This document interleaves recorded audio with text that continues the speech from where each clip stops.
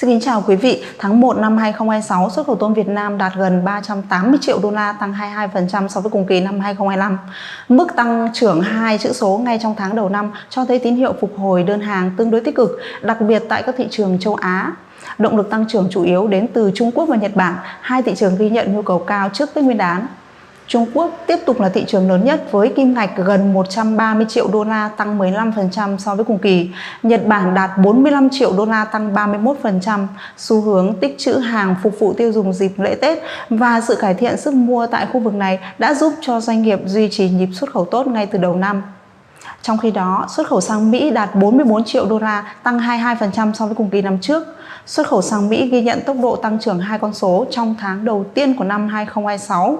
Điều này có thể là do doanh nghiệp đẩy nhanh việc giao hàng trước khi các quyết định mới về thuế được công bố.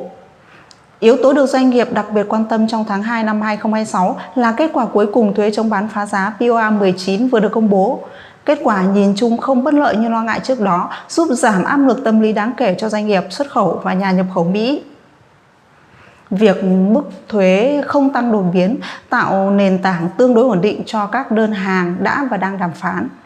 Song song đó, ngày 23 tháng 2 năm 2026, Tòa án tối cao Hoa Kỳ phán quyết các mức thuế áp theo đạo luật IEEPA là trái pháp luật, và từ 0 giờ ngày 24 tháng 2, Cơ quan Hải quan và Bảo vệ Biên giới Mỹ chính thức ngừng thu các loại thuế đối ứng này. Tuy nhiên, Mỹ đồng thời áp dụng mức thuế toàn cầu 10% theo Điều 122 của Đạo luật Thương mại 1974, có thời hạn tối đa 150 ngày và được cộng dồn với các sắc thuế hiện hành. Do chính sách thuế 10% chỉ có hiệu lực từ ngày 24 tháng 2 năm 2026, tác động thực tế tới kim ngạch xuất khẩu trong tháng 2 được đánh giá là chưa rõ nét và nhiều khả năng sẽ phản ánh rõ hơn từ tháng 3 trở đi. Trong ngắn hạn, yếu tố mùa vụ và kết quả cuối cùng POA 19 mới là những biến số tác động trực tiếp đến giao dịch. Dự báo trong tháng 2 năm 2026, xuất khẩu tôm có thể chững lại chủ yếu do yếu tố mùa vụ khi kỳ nghỉ Tết Nguyên đán làm gián đoạn sản xuất và giao hàng. Mức nền cao của tháng 1 cũng khiến cho tốc độ tăng trưởng khó duy trì ở mức tương đương. Trong bối cảnh hiện nay, động lực tăng trưởng của ngành tôm Việt Nam đang dựa nhiều vào các thị trường châu Á, đặc biệt là Trung Quốc và Nhật Bản.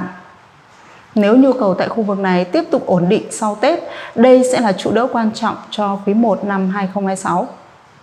Đối với thị trường Mỹ, triển vọng trung hạn phụ thuộc vào hai yếu tố: diễn biến thực tế của thuế toàn cầu 10% trong 150 ngày áp dụng và khả năng điều chỉnh chính sách sau giai đoạn này.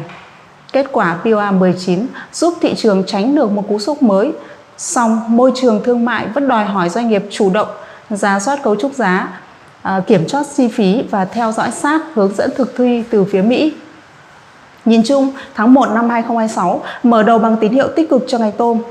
Tuy nhiên, để duy trì đà tăng trưởng trong các tháng tới, doanh nghiệp cần linh hoạt thích ứng với biến động chính sách, đồng thời tận dụng tốt hơn cơ hội tại các thị trường châu Á, nơi đang đóng vai trò ngày càng rõ nét trong cơ cấu xuất khẩu tôm của Việt Nam. Xin cảm ơn quý vị đã chú ý lắng nghe.